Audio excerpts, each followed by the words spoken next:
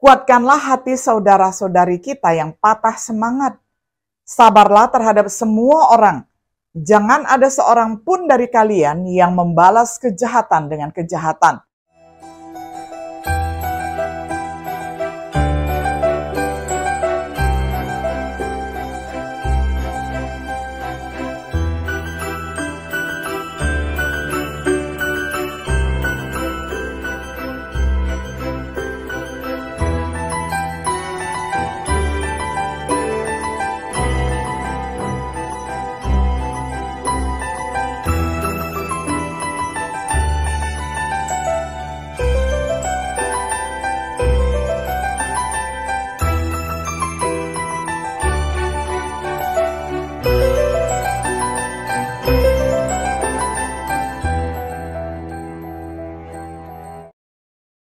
Shalom, sahabat Biblika yang dikasihi oleh Tuhan.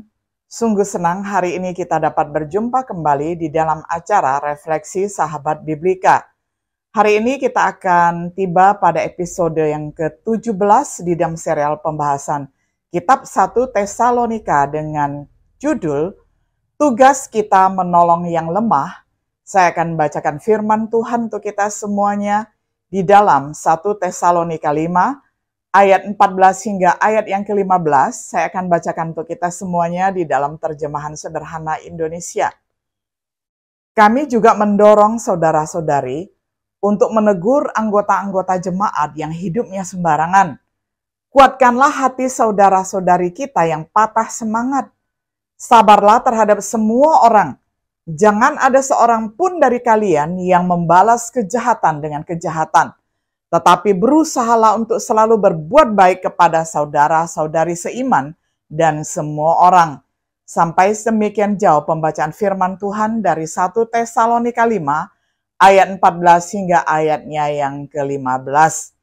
Sahabat Biblika yang dikasihi oleh Tuhan, kita telah mencatat sebelumnya dalam pelajaran kita tentang 1 Tesalonika bahwa Paulus menggambarkan orang Kristen sebagai anak-anak terang dan anak-anak siang. Dengan demikian, kita memiliki berbagai tanggung jawab dan tugas untuk sabar dan juga sadar akan tugas kita sebagai anak Tuhan. Kita mengenakan baju zirah iman dan kasih dengan harapan sebagai ketopong untuk menghibur dan membangun satu sama lain.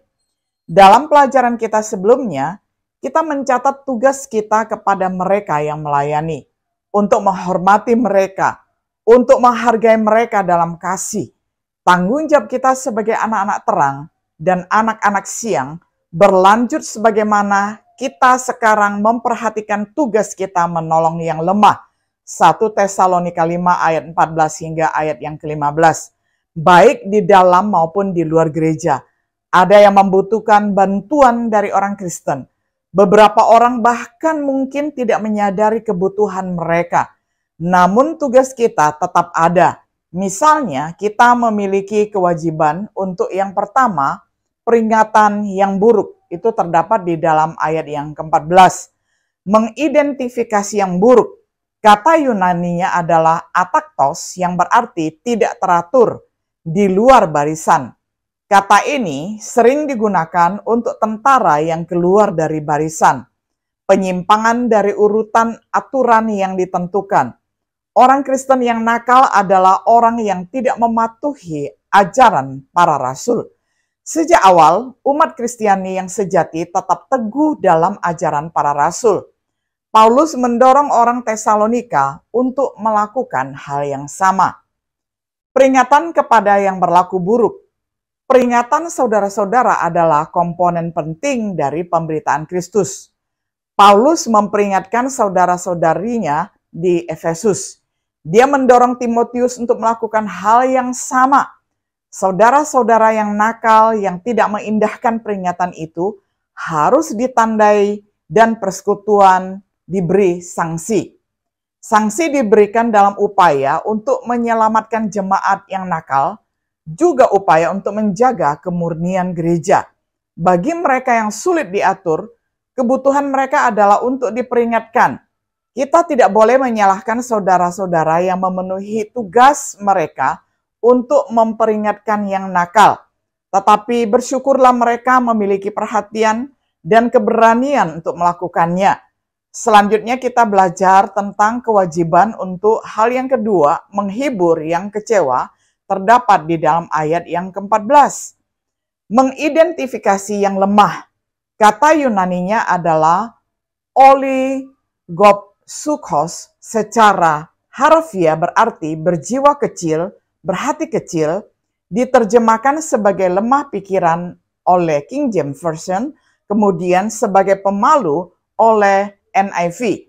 Ciri khas ini menggambarkan mereka yang putus asa, cenderung putus asa, pasrah menyerah.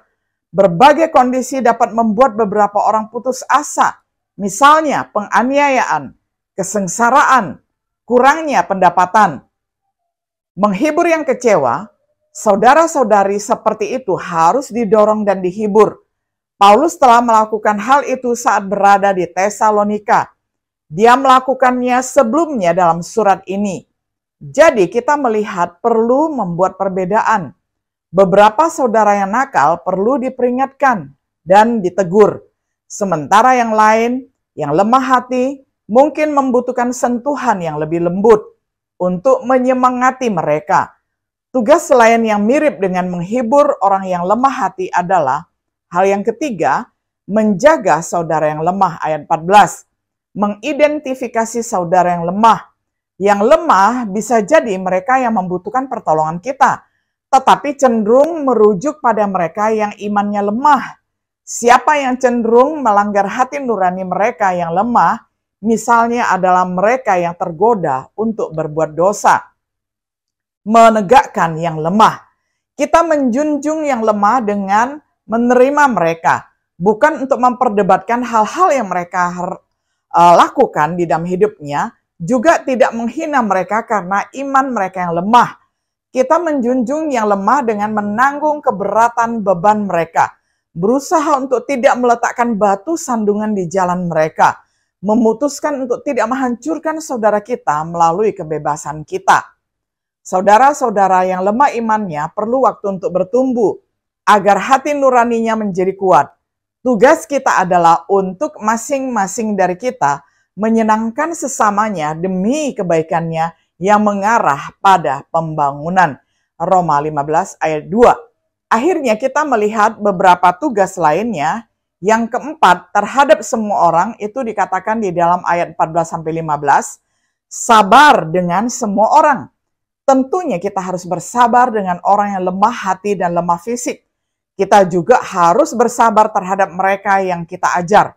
Bahkan ketika waktunya untuk menegur ataupun memperingatkan yang nakal. Bahkan ketika kita berurusan dengan mereka yang menentang kita. Tidak menjadi kejahatan bagi siapapun. Sebuah prinsip yang diajarkan oleh Tuhan kepada kita untuk mengalahkan kejahatan dengan kebaikan. Ajaran ini juga diuraikan oleh Paulus dalam suratnya kepada jemaat di Roma. Bisa dibaca di dalam Roma 12 ayat 17-21 dan diulangi oleh Petrus dalam suratnya 1 Petrus 3 ayat 9. Mengejar apa yang baik. Untuk kalangan sendiri yaitu orang Kristen seperti hal-hal yang membuat perdamaian dan saling membangun. Seperti mengejar kebenaran, mengejar kesalehan, mengejar iman, mengejar kasih, mengejar kesabaran, kelemah lembutan, dan kekudusan. Untuk semua orang termasuk untuk orang non-Kristen, seperti hal-hal yang terhormat dan menghormati diri sendiri, seperti kita juga menghormati orang lain, seperti hal-hal yang baik, seperti melakukan kepatuhan di dalam peraturan, kepatuhan sipil, kata-kata yang baik, kelemah lembutan, seperti doa demi kepentingan mereka, dan pengetahuan tentang kebenaran yang menuntun pada keselamatan mereka.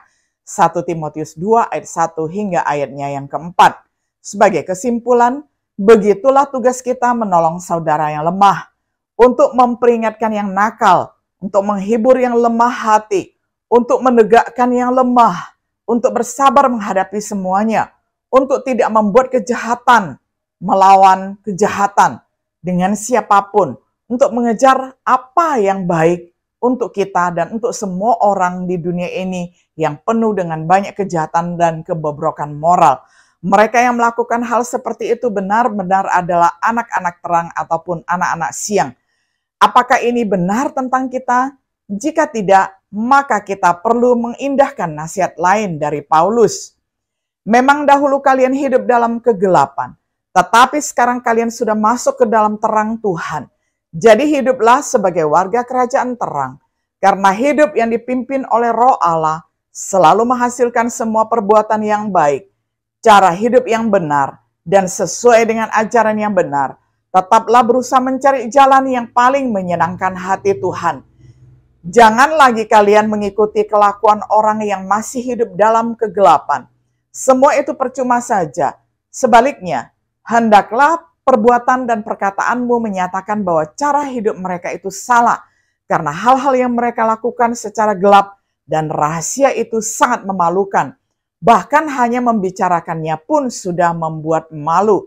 Tetapi ketika perbuatan-perbuatan mereka yang gelap itu dinyatakan oleh terang, yakni ajaran benar dari Allah, maka tampaklah bahwa segala perbuatan mereka ternyata salah. Sebab semua perbuatan jahat menjadi kelihatan ketika disinari terang. Seperti kata pepatah, bangunlah hai kamu yang tidur, bangkitlah dari antara orang mati, dan Kristus akan bersinar atasmu. Efesus 5 ayat 8 hingga ayat yang ke-14. Sahabat Biblika yang dikasihi oleh Tuhan, kiranya saya dan saudara terpanggil untuk melayani dan menolong saudara-saudara kita yang lemah. Tuhan Yesus memberkati kita semuanya. Shalom.